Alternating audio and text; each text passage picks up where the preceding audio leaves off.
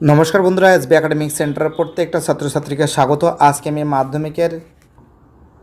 আমি মাধ্যমিকের mathematics solve করেছি পারুল প্রকাশনী টার্গেট মডেল কোশ্চেন সেট 13। তো প্রথম প্রশ্ন কি বলেছে আলোচনা করা যাক। প্রথম প্রশ্ন বলেছে আসল এক বছরের সুদ আসলে বলেছে 20:21 হলে সুদের হার কত। তো একটা জিনিস মাথায় রাখবে যে পি সমান সমান ধরে নেওয়া হচ্ছিল 20x, আর সুদ আসল, ঠিক আছে, সুদ প্লাস আসল আচ্ছা কত 21x। তাহলে ইন্টারেস্ট সমান কত হবে, ইন্টারেস্ট সমান হবে 21x মাইনাস 20x সমান কত হবে, ইন্টারেস্ট সমান এক্স হবে। তাহলে সময়টা কত আছে, সময় সমান 1 বছর।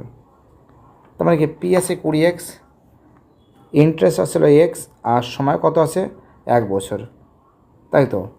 তো এবার আমরা দেখতে পাচ্ছি যে বার্ষিক সরল সুদের হার কত। তো একটা শর্টকাট, বার্ষিক সরল সুদের হার সমান তোমরা এরকম করতে পারো 20x মাইনাস না এক second 21x minus 20x by 20x গুণ 100। বিয়োগ করলে কত হবে, 21x থেকে 20x বাদ দিলে একটা এক্স থেকে এক্স বাই 20x গুণ 100। এক্স কেটে দিলাম, 5 কোটিং 100, 5, অর্থাৎ কী হবে, অ্যান্সার হবে 5%। ঠিক আছে, খুবই গুরুত্বপূর্ণ অঙ্ক, মোস্ট ইম্পর্ট্যান্ট এবং মোস্ট ভাইটাল। অ্যান্সার হবে 5%। ওয়ানটির অঙ্ক 3x² প্লাস 8x প্লাস 2 সমীকরণের বীজদ্বয় আলফা ও বিটা হলে 1/α প্লাস 1/β মান কত হবে। তো একটা জিনিস আমরা নজর করে দেখতে পাচ্ছি যে 3x, এখানে যদি আলফা যোগ বিটা বের করি, আলফা যোগ বিটা সমান কী হবে, -8/3, কত হবে, -8/3। আর আলফা যোগ বিটার মান কী হবে, 2/8। এখানে বলেছে 1/α যোগ 1/β, এবার মুছে দিচ্ছি আমি, ঠিক আছে। এখানে 1/α যোগ 1/β, তো এখানে কী আছে, আলফা বিটা লসাগু, তো কী হবে, বিটা প্লাস আলফা, অর্থাৎ আমি এখানে কী করতে পারি, সমান কী করতে পারি, আলফা যোগ বিটা বাই আলফা বিটা। তো দেখো আলফা যোগ বিটার মান কত, আলফা যোগ বিটার মান হচ্ছিল মাইনাস কত হবে, 8/3। আর আলফা গুণ বিটার মান কী আছে, আলফা গুণ বিটার মান ছিল 2/3। 3 কেটে দিলাম, 4 দুগুণে 8, 4, 4, অর্থাৎ অ্যান্সার হবে -4। অ্যান্সার কী হবে, অ্যান্সার হবে -4 হবে, কী হবে, -4 হবে, অর্থাৎ এর অ্যান্সার হবে -4। 1 অঙ্ক 10 সেন্টিমিটার ও 24 সেন্টিমিটার দৈর্ঘ্যের দুটি যা কোনো বৃত্তের কেন্দ্রদ্বয়ের বিপরীত পার্শ্বে অবস্থিত, তাদের মধ্যে দূরত্ব 17 সেন্টিমিটার। 17 সেন্টিমিটার হলে বৃত্তটির ব্যাসার্ধের দৈর্ঘ্য কত হবে। খুবই ইম্পর্ট্যান্ট অঙ্ক, 3 দাগের অঙ্ক। তো দেখো অ্যান্সার হবে কিন্তু আমাদের কিন্তু অ্যান্সার হবে, হ্যালো শুনতে পারছো, 3 দাগের অ্যান্সার হবে কিন্তু ডি এর অ্যান্সার হবে 13 সেন্টিমিটার। কত হবে, 13 সেন্টিমিটার হবে। এই অঙ্কটা এর আগে আমি করিয়েছি, 13 সেন্টিমিটার হবে। পরের অঙ্ক tan alpha plus cot alpha = 2 হলে tan to the power 25 alpha plus cot to the power 25 alpha এর মান কত হবে। অ্যান্সার কিন্তু 2 হবে।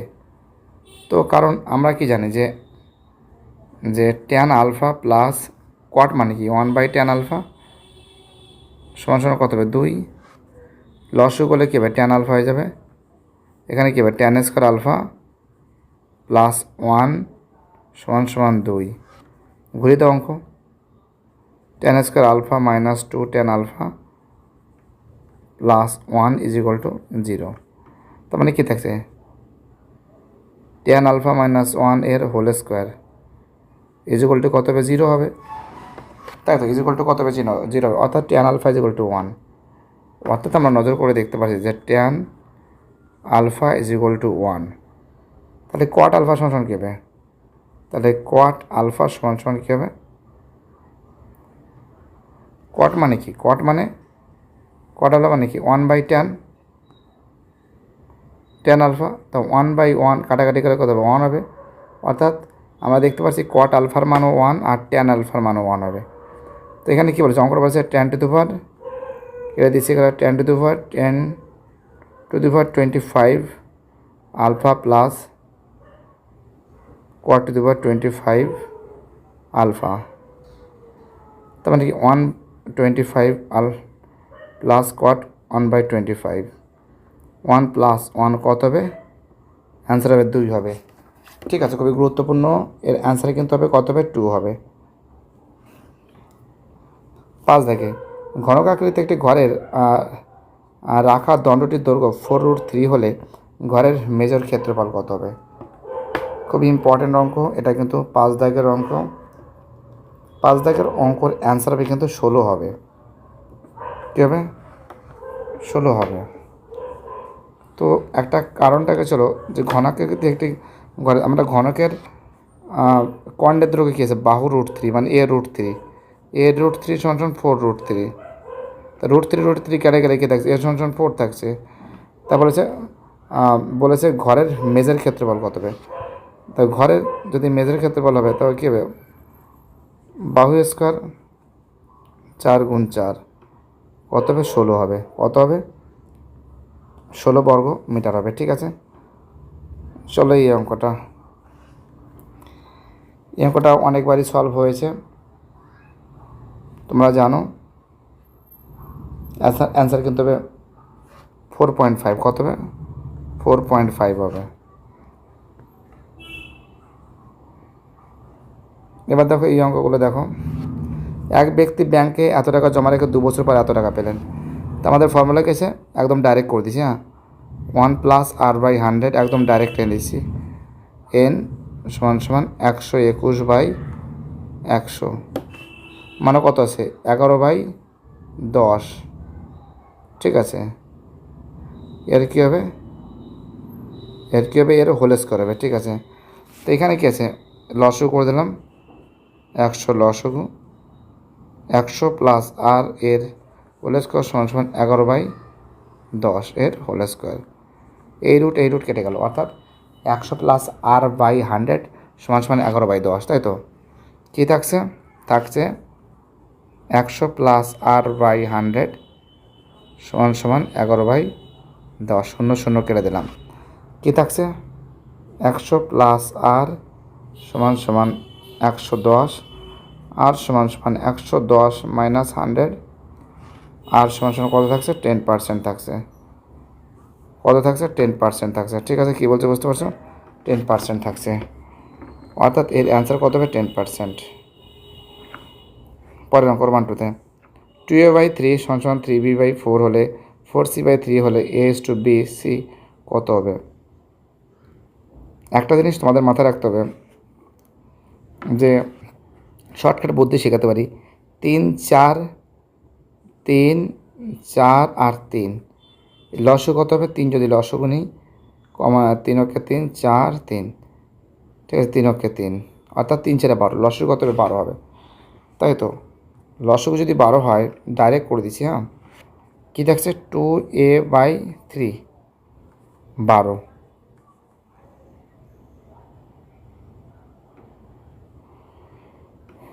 ঠিক আছে, অর্থাৎ আমরা দেখতে পাচ্ছি, তো দেখো 2a/3 3b/4 4c/3 যদি আমি লসগু করি হবে 12। ঠিক আছে 12 হবে, অর্থাৎ আমরা নজর করে দেখতে পাচ্ছি অ্যান্সার হবে 18 318 4 4 16। ঠিক আছে 318 4 4 16 আর 3 3 9, তাই তো 3 3 9, অর্থাৎ তোমরা একটা কাজ করতে পারো, অর্থাৎ অ্যান্সার হবে 18:16:9। চলো পরের অঙ্ক কী বলেছে বৃত্তের কোনো ব্যাসার্ধের প্রান্ত বিন্দুতে অঙ্কিত স্পর্শক দুটি পরস্পর কী হবে। ঠিক আছে, অ্যান্সার হবে সম আয়তন হবে। ঠিক আছে, কী হবে স্পর্শক দুটি পরস্পর কী হবে সমান্তরাল হবে।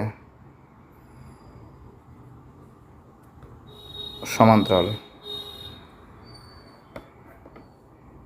4 দাগের অঙ্ক, cos 43 ডিগ্রি sin 47 ডিগ্রি, এটাকে যদি আমি কাজ করতে পারি, অর্থাৎ আমরা এটাকে পরিবর্তন করলাম cos 43 ডিগ্রি ইন্টু এটাকে পরিবর্তন করলাম কীভাবে sin 90 ডিগ্রি মাইনাস 43 ডিগ্রি, ঠিক আছে, প্লাস আবার কি আছে sin 43 ডিগ্রি। তো এখানে কী লিখব cos 90 ডিগ্রি মাইনাস 43 ডিগ্রি, তাহলে কী হবে